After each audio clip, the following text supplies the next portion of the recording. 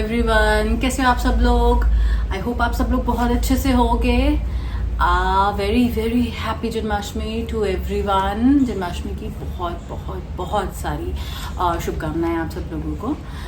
तो वीडियो शुरू करने से पहले अगर आपने हमारे चैनल को सब्सक्राइब नहीं किया है तो please do subscribe to our channel and like our videos. आज का जो वीडियो है वो जन्माष्टमी आ रही है तो श्री कृष्ण जी के बारे में है। तो आज के वीडियो के में जो हम बात करेंगे वो हम बात करेंगे श्री कृष्ण जी के जीवन से जुड़ी हुई कुछ ऐसी अद्भुत और रोचक बातों के बारे में जिसके बारे में शायद आप लोगों को नहीं पता होगा। ज़्यादातर लोग जिन बातों के बारे में नहीं जानते हैं तो हम कुछ ऐसी बातों के बारे में जानेंगे आज। तो चलिए शुरू करते हैं आज का वीडियो। शुरू करते हैं श्री कृष्ण जी के नामों से। तो श्री कृष्ण जी के कहा जाता है श्री कृष्ण जी के कुल 108 नाम हैं जिनसे हम श्री कृष्ण जी को पुकार सकते हैं।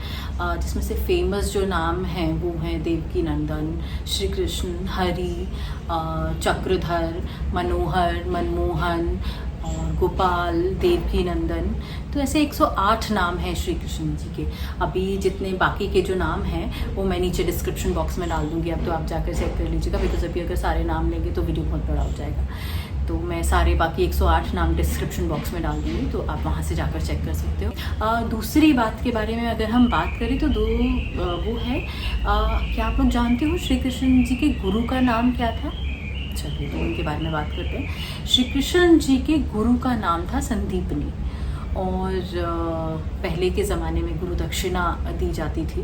तो श्री कृष्ण जी ने जो अपने गुरु को एक बहुत अनोखी गुरु दक्षिणा दी थी और कहा जाता है श्री कृष्ण जी से जब उन्होंने गुरु दक्षिणा मांगी उनके गुरु ने तो उन्होंने उनको गुरु दक्षिणा में जो उनके गुरु संदीपनी जी थे उनका जो मृत पुत्र था, मरा हुआ बेटा था, उसको जिंदा करके उसको गुरु दक्षिणा में अपने गुरु को श्री कृष्ण जी ने दिया था। तो बहुत ही अनोखी गुरु दक्षिणा श्री कृष्ण जी ने अपने गुरु को दी थी। तो एक ये बात हो गई। और एक अनोखी बात जो श्री कृष्ण जी के जीवन से जुड़ी हुई है वो ये है कि ये कहा जाता है कि कृष्ण जी ने गीता सुनाई थी अर्जुन को, लेकिन अर्जुन वो पहले इंसान नहीं थे, पहले मनुष्य नहीं थे जिन्होंने गीता श्री कृष्ण जी के मुँह से सुनी थी। या हम इस तरह भी कह सकते हैं कि सिर्फ अर्जुन वो पहले मनुष्य नहीं थे, क्योंकि अर्जुन के साथ साथ हनुमान जी ने और संजय जी ने भी गीता सुनी थी। जब श्री कृष्ण जी ने गीता सुनाई थी, हनुमान जी अर्जुन के रथ पर जो ध्वज था ऊपर सबसे ऊपर वहाँ पर विराजमान थे हनुमान जी, वहाँ बैठकर उन्होंने गीता सुनी थी। और संजय जी, क्योंकि संजय जी को ये वरदान मिला हुआ था कि उनको वो दृष्टि मिली हुई थी और वो महाभारत का युद्ध हो रहा था, वो साक्षात धृतराष्ट्र जी को सुना रहे थे वहीं पर बैठे हुए।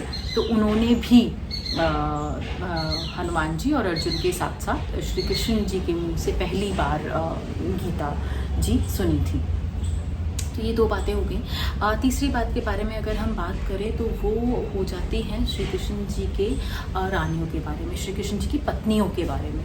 तो कहा जाता है कि श्री कृष्ण जी की जो कुल पत्नियां हैं वो हैं 16,108 और जिसमें से 8 उनकी पटरानियाँ कहा जाता है कि हैं उनकी 8 पटरानियाँ।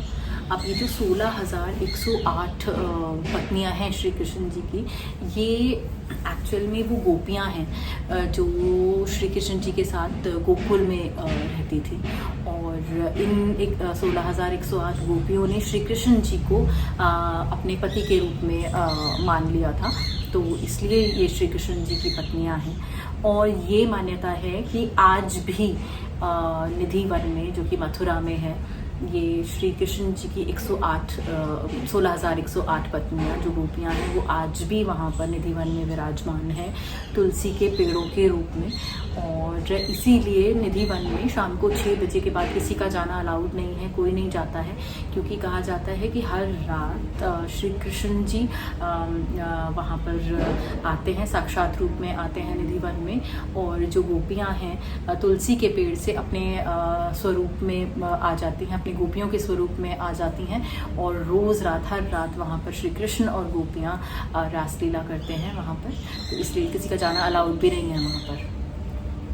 एक और जो रोचक बात है श्री कृष्ण जी के जीवन से जुड़ी हुई वो ये है कि और ये बात बहुत कम लोग जानते हैं कि जो श्री कृष्ण जी हैं, महाप्रभु श्री कृष्ण जी, वो अपनी माता देवकी माता के जो 6 पुत्र हुए थे उनसे पहले, जिनको कंस ने मार दिया था, तो श्री कृष्ण जी जब हुए थे तो श्री कृष्ण जी ने अपनी माता देवकी को उन 6 के 6 पुत्रों से मिलवाया था। उनको लेकर आए थे श्री कृष्ण जी, उनको बुलाया था और श्री कृष्ण जी ने अपनी माता देवकी से उनको उन 6 पुत्रों से मिलवाया था। एक्चुअली में वो जो 6 पुत्र थे वो हिरण्याकश्यप के पोते थे और उनके ऊपर श्राप था, वो श्राप भोग रहे थे और उन 6 पुत्रों को श्री कृष्ण जी ने, श्री कृष्ण महाप्रभु जी ने श्राप मुक्त किया था और उनको अपनी माता से भी मिलवाया था।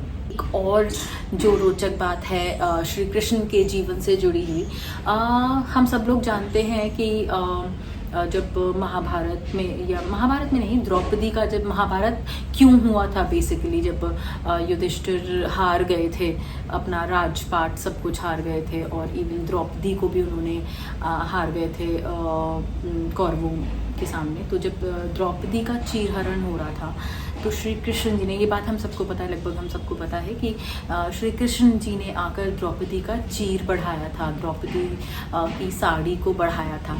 लेकिन इसके पीछे की जो कहानी है शायद वो बहुत कम लोग जानते होंगे, क्योंकि ये कहानी शुरू होती है शिशुपाल के वध के टाइम से। जब श्री कृष्ण जी ने शिशुपाल का वध किया था तो द्रौपदी उनके साथ ही थी। तो शिशुपाल का वध किया था श्री कृष्ण जी ने सुदर्शन चक्र चलाकर। जब श्री कृष्ण जी ने सुदर्शन चक्र अपना चलाया था शिशुपाल का वध करने के लिए, तो श्री कृष्ण जी की उंगली कट गई थी और उसमें से खून आना शुरू हो गया था। तो द्रौपदी जी ने अपनी साड़ी का पल्ला फाड़कर वो श्री कृष्ण जी की उंगली में बांधा था और उस टाइम पर श्री कृष्ण जी ने द्रौपदी जी से कहा था कि द्रौपदी, मैं तुम्हें ये वचन देता हूँ, या मैं तुमसे वादा करता हूँ कि हे द्रौपदी, मैं तुम्हारे एक एक सूत का कर्ज चुकाऊंगा। तो ये वहाँ से कहानी आती है। तब श्री कृष्ण जी ने उनका चीर बढ़ाया था, उनकी साड़ी बढ़ा दी थी, अंत ही नहीं हुआ था। दुशासन चीर खींचता थक गया था, लेकिन उनकी साड़ी ख़त्म नहीं हुई थी। तो वो श्री कृष्ण जी का ही चमत्कार था। तो अभी तक हम लोगों ने बात करी श्री कृष्ण जी के जीवन से जुड़ी हुई कुछ ऐसी अद्भुत और अनोखी बातों के बारे में जिन्हें बहुत कम लोग जानते हैं। तो अब हम बात करते हैं श्री कृष्ण जन्माष्टमी के बारे में, श्री कृष्ण जी के बर्थडे के बारे में। तो हम हिंदू परिवारों में मान्यता है व्रत रखने की, लगभग हम सभी लोग अपने घरों में व्रत रखते हैं श्री कृष्ण जन्माष्टमी के उपलक्ष्य में।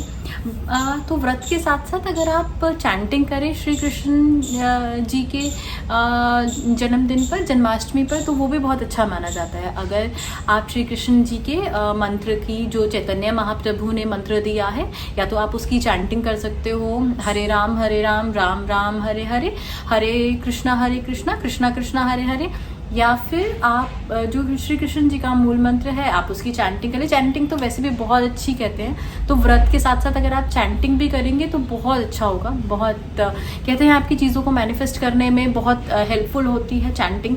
भगवान का नाम तो किसी भी रूप में ले लें तो निष्फल तो जाता ही नहीं है। तो श्री कृष्ण जी के मूल मंत्र की भी के नाम की भी आप चैंटिंग कर सकते हैं। वो है श्री कृष्ण गोविंद हरे मुरारी, हे नाथ नारायण वासुदेवा। तो जिस भी रूप में चाहें आप उसमें श्री कृष्ण जी को याद कर सकते हैं। बात ये होनी चाहिए कि हम उनको याद करें, हम उनको अपने दिल से याद करें, अपने मन में बसा के रखें, ताकि वो हमारे साथ रहें और हमारी सभी मनोकामनाओं को पूरा करें। इसी नोट पर वीडियो को एंड करती हूँ यहाँ पर। अगर वीडियो अच्छी लगे तो प्लीज़ हमारे वीडियो को लाइक कीजिएगा, हमारे चैनल को सब्सक्राइब कीजिए। कृष्ण जी आप सभी की मनोकामनाओं को पूरा करें। जय श्री कृष्ण।